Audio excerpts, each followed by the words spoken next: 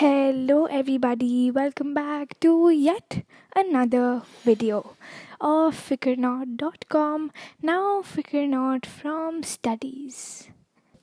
So today we're going to be continuing with the chapter of the study of gas laws, and previously we finished the Boyle's law and just some characteristics and its explanation on the basis of kinetic energy, etc. So today we're going to be studying about the Charles law, some problems based on the Charles law, and also the gas equation, the kinetic and the behavior of gases. So without further ado, let's get into the video.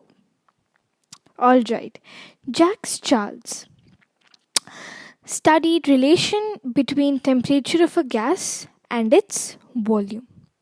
So what he did is, before, in our previous video we have learned that volume is inversely proportional to pressure. But volume is directly proportional to pressure, because when the temperature increases, the volume also increases.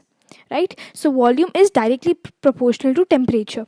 Now the study of gases, Jacques' law, that's how I pronounce his name, studied the temperature-volume relation of gases and found experimentally that for a fixed mass of gas at a constant pressure, the volume expands or contracts, that is, increases or decreases. So what Jacques Charles said, or I'm just going to say the Charles law, what Sir Charles said that he studied the temperature-volume relation of gases and found experimentally that a fixed mass of gas at a constant pressure, the volume expands or contracts, that is, increases or decreases, by 1 by 273 of its volume at 0 degrees Celsius for every degree Celsius rise or there is a fall in temperature. So whenever the volume increases of a substance, the temperature will also increase, right? So by 1 by 73 of its volume at 0 degrees Celsius for every degree Celsius rise or fall in temperature. Now the behavior was generalized and named the Charles law. And so the Charles law says that pressure remaining constant, the volume of a given mass of dry ice increases or decreases by 1 by 273 of its original volume at 0 degrees Celsius for each degree centigrade rise or fall in temperature. So basically what they do is they take a pressure that has remained constant. So when we were taking the experiment in the Boyle's law talking about the pressure and the volume, we took the temperature as constant. But well, in the Charles law, in this case, we are taking the volume and the temperature, but we are taking the pressure as constant. So when the pressure is constant, as in the volume of a given mass of dry ice is constant, and it increases, the volume increases or decreases by 1 by 273 of its original volume. So if its original volume is say 2, it will minus 1 by 273 or plus 1 by 273 at its original volume at 0 degrees Celsius for each degree centigrade rise or fall in temperature. So the absolute scale of temperature is a temperature scale with absolute zero at its starting point is called as absolute or Kelvin scale of temperature. So the absolute scale of temperature, basically the absolute zero, the starting point of the scale of temperature is called the absolute or scale of temperature, the absolute zero. Now let's consider a known volume of gas X. Okay. Now the volume is 273 centimeter cube and the temperature is 0 degrees Celsius. Now its volume will rise or fall by 1 centimeter degree Celsius for every 1 degree Celsius or fall in temperature. Right. So basically, in simpler words, if this is 0 degrees Celsius and this is your volume, any constant volume, if the temperature rises by 1, this will also have 1, 2 plus whatever, 273 probably, right? Now, and if it goes minus 1 degree Celsius, it will decrease. Okay, so therefore at 1 degree Celsius, its volume is 274 centimeter degrees Celsius. At minus 1, it will be 272. So you can see plus 1, minus 1. So they're directly proportional. And at minus 273 degrees Celsius, its volume will be 0 cc. Why? Because you're just subtracting 273 from 273. So its volume would be literally 0, right? Now, absolute 0 is the temperature minus 273 degrees Celsius is called as absolute 0. Reduction of volume of a gas to 0 cc is a theoretical concept. Practically all gases liquefy or solidify before reaching this temperature. So minus 273 degrees Celsius is the lowest attainable temperature, and therefore we call it the absolute 0, right?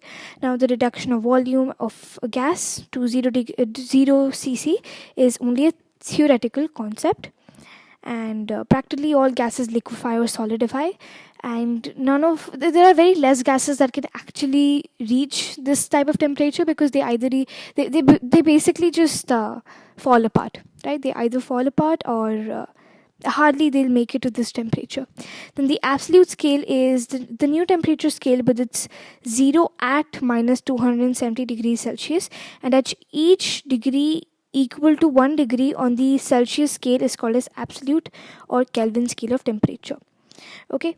Then the relationship between Kelvin absolute and Celsius scale of temperature is 0 degrees Celsius equals to 0 plus 273, which equals to 273 K, minus 273 degrees Celsius equals to minus 273 plus 273, which equals to Kelvin, which equals to 0 degrees Celsius Kelvin, and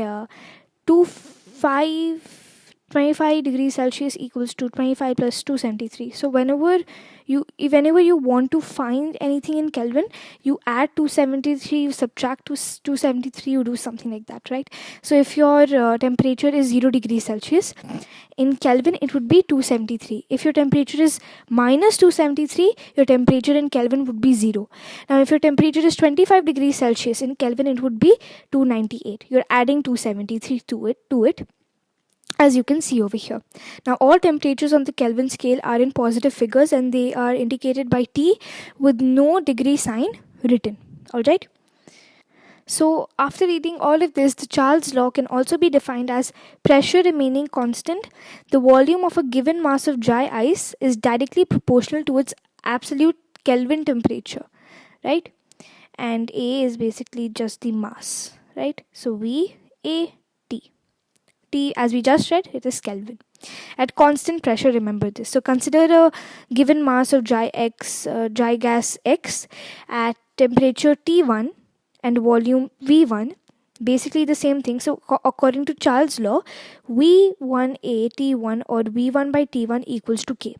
So V2 A2 equals to V2A T2 or V2 by T2 equals to K, that is constant. So therefore, in the case of pressure and volume, what was it? V1 P1 equals to V2 P2. But in the case of temperature, it will be V1 by T1 equals to V2 by T2. And K equals to, of course, at a constant temperature. Fine. Now let's do some problems related to Charles' law. Alright? Okay. A given mass of gas occupies a volume of 200 ml at 37 degrees Celsius. To what temperature must the gas be heated to make its final volume 500 ml? Assume that the presence of gas remains constant. So we have V1 over here, that's 200 ml. We have the initial temperature, which is when you want to convert 37 degrees Celsius into Kelvin. How would you do that? 273 plus 37. Okay, so with this temperature, what will you do? V1 by T1 equals to V2 by T2, right? So your original initial volume is 200 by 310, which equals to 500 by X. So when you divide this, first you can cut out all the zeros, right? So you get 20 by 31, fine, which equals to 500 by X. So when you simplify this, you get 21 by 30 into 500. Why? Because you're moving 500 from the right hand side to the left hand side, right? Now, when you further simplify, you get 500 into 31 by 20. Now cut this as well. Now what is 31 into 5? 31 into 5, 15. 1550, right? Now 1550 divided by 2, 2 sevens are, right? 14, 115, 2 sevens are again 14, 1. And what's your answer then? 775. Okay.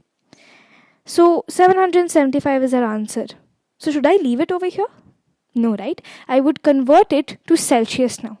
So 775 minus 273 would give you 502 degrees Celsius is your final temperature. Perfect. Now let's go on to the second sum. Okay, second one. A certain volume of the gas is kept at 77 degrees Celsius.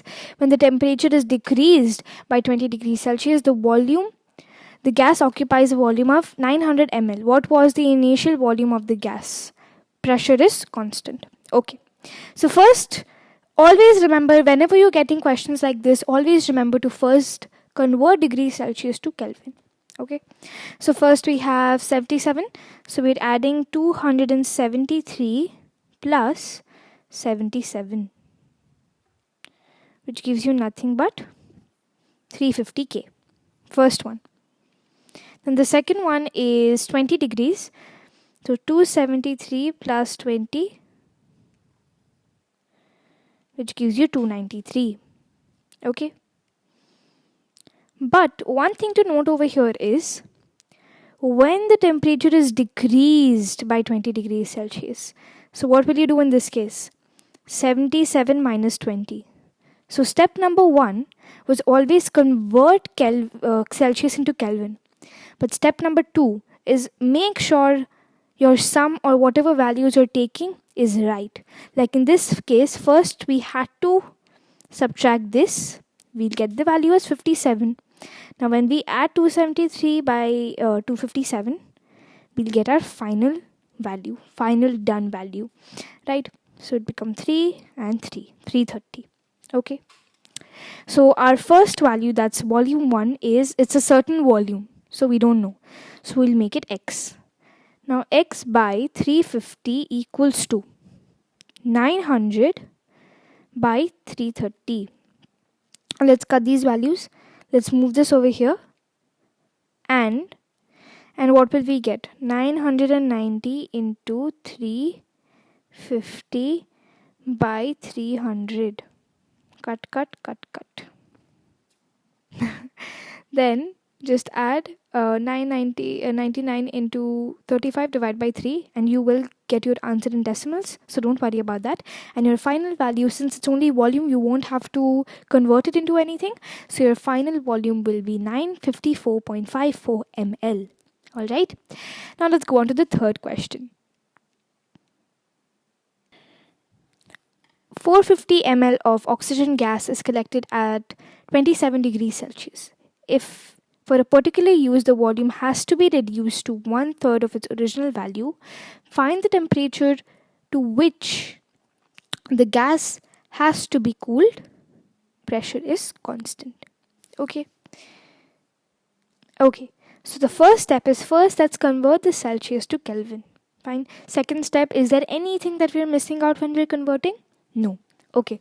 So let's convert it to 73 plus 27 gives you 300. Okay, it gives you 300. Then look at the second part. 450 ml is your initial volume. And then in the second part, that is your V2, it says that the volume has to be reduced by 1/3. So what would be your volume then? You have 450 into 1 by 3. 3 ones are. Then this is 3 ones are and 3 fives are 150. That is 150 ml will be your V2. Got it? That's done. Now let's do our normal division. Okay. So our original is 450 ml by 300 gives you 150 by x. Fine. So we'll do 150 into 300 by 450. cut your zeros, all the zeros, multiply 15 into 3, easy, 45. 45, 455. So what will be your answer over here? 4500 by 45. So this is 1 and your final value is 100 degrees Celsius. So you'll have to convert it into 100 Kelvin. So you'll have to convert it into Celsius. So 100 minus 273. Oops, I wrote the value wrong. 273 minus 100. 37. And this is 1. So it will be minus 173 degrees Celsius is the temperature to which the gas has to be cooled. Perfect. So with this we come to an end of the Charles law. Moving on to our next part. Okay, moving on to the next part of this chapter, the gas equations, kinetic energy and behavior of gases. So gas equation, what's the term? What do you mean by a gas equation? So previously in the chapter before, the chemical equations chapter, right? We have learned that a chemical equation, right? We have learned about a chemical equation, which is basically a group of formulas coming together, compounds coming together to form a product and all, right? So the term the gas equation is an equation used in chemical calculations for calculating the change in volumes of gases when pressure and temperature both undergo a change, thereby giving a simultaneous effect of changes of temperature and pressure on the volume of a given mass of dry gas. And in all practical situations, all the variables together change. Right? So it's basically an equation of chemical calculations for calculating the change in volumes. So till now we have seen pressure and volume, temperature and volume. Now what about pressure and temperature together? So what will be the change in volume in that case? Because we have read before that if one of them goes under a change, all of them will. Right? So just applying this gas equation, we're going to go through like a lot of chemical calculations, right? So applying the Boyle's law, at a constant temperature the volume of a gas varies inversely to pressure. We all know, right? Because volume is inversely proportional to pressure, and applying the Charles law, volume is directly proportional to pressure, right? Now on combination of the two laws, that's volume of a given mass of gas varies inversely as the pressure and directly as the absolute temperature. Right? Now, combining both of this, we get the gas equation which states PV divided by T equals to K. Now, if P1, V1, T1 are the original pressure, volume and temperature of a gas, and P2, V2, T2 are the pressure, volume and temperature of a gas under the changed conditions, then P1 V1 divided by T1 equals to P2 V2 divided by T2, which equals to K, which is constant. Now the kinetic energy and the behavior of gases on the basis of the Boyle's law and the Charles law, how did we come up with such an equation, right? So let's look at the basis of kinetic energy. Let's go in the let's just see. Okay, so Boyle's law. Pressure and volume are inversely proportional to each other at constant temperature. At constant temperature, if the volume of a container is increased, right? When they're inversely proportional to each other at constant temperature, we say that at constant temperature, if the volume of a container is increased, the gas molecules have to move longer distances to strike the walls of the container, since the pressure depends on the frequency with which the gas molecules strike the walls. The frequency of collision decreases, resulting in a decrease in pressure. Now, similarly, if the volume is halved, the frequency with which the molecule collide is double, thus doubling the pressure on the walls of the container. So, what are they trying to say over here? In our previous lesson, we have learned about the Boyle's law, and we have learned that pressure and volume are inversely proportional to each other. I even gave you an example. But on the basis of chemistry itself, if we had to write down an explanation without giving an example, how would we? Right? So the question is that, and let's say at constant temperature, if the volume of a container is increased, I'm taking a container and I'm increasing the volume of that certain container.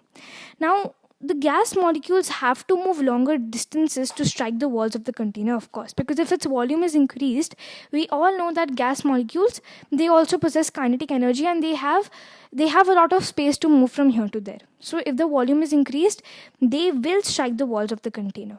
Now we all know that pressure depends on the frequency with which gas molecules strike the walls. The more they do, the more pressure it is increasing, right? Similarly, in the last lesson when I gave you the spray bottle example, right, when you're putting a lot of pressure, the gas molecules have very less volume to breathe, and they keep on going from here to there.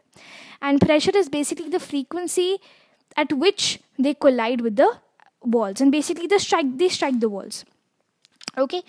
And the frequency of collision decreases, resulting in decrease in pressure when there is more volume, because they don't have to keep on striking the walls because they have space to breathe. But when the volume is basically halved, the pressure will increase, because the volume not the volume, sorry, the gas does not have space to move. So they keep on striking the wall, therefore the pressure is increasing in this way. Now the Charles law states that the temperature, absolute, and volume are directly proportional to each other at constant pressure. Now if the absolute temperature is doubled, the kinetic energy of the molecules also doubles, hence the frequency with which the molecules collide with the walls of the temperature, that is pressure, also doubles. So again, as we have learned in physics in grade 8, right? Whenever you apply heat to a substance, it is meant to expand. It's called expanding, right? Similarly, when the temperature is increased in a gas, it will expand. When it will expand, what can we say? What is the term for that? Its volume will increase. Therefore, they are directly proportional. Now, the standard temperature and the pressure. Volume of gases change with temperature and pressure. Hence, a standard value of temperature and pressure is chosen to which gas volumes are referred. Hence, volumes of a gas are converted to standard temperature and pressure conditions and then compared easily. So the standard temperature is basically 0 degrees Celsius equals to 273 K, and the standard pressure is 760 mm Hg, which equals to 76 centimeters of Hg, which equals to 1 atmos pressure. Okay, basically that's it. Now, on the basis of this new gas equation that we have invented, let's go ahead and solve some problems. Problems based on a gas equation. A gas occupies 700 ml at STP, that is standard temperature and pressure. Find the volume occupied by the gas when its pressure is 400 mm of Hg and its temperature is 15 degrees Celsius. Alright? Okay, so a gas occupies 700 ml. Find the volume occupied by the gas when its pressure is 400 mm of Hg. Okay, so first one, V1, P1 and T1. So V1 is given to us basically 700 ml. Then they're saying at STP. STP basically it's standard. So your P1 will be standard, which will be 760 mm of Hg. And your T1 will also be standard, which will be 273 K. So that is your first value. So what is the formula? P1 V1 by T2. Okay. So 760 into 700 by 273, which equals to your second part of this basic question says 15 degrees Celsius. So 273 plus 15 gives you what? 288, right?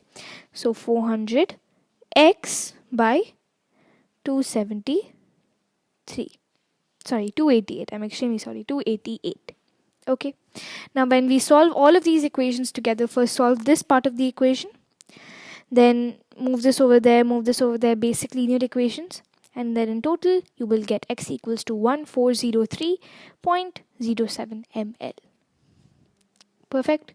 Now let's go on to the second question. If you get your answer in decimal sometimes, don't worry, it's totally normal, especially in questions like the gas equations, you will get decimals.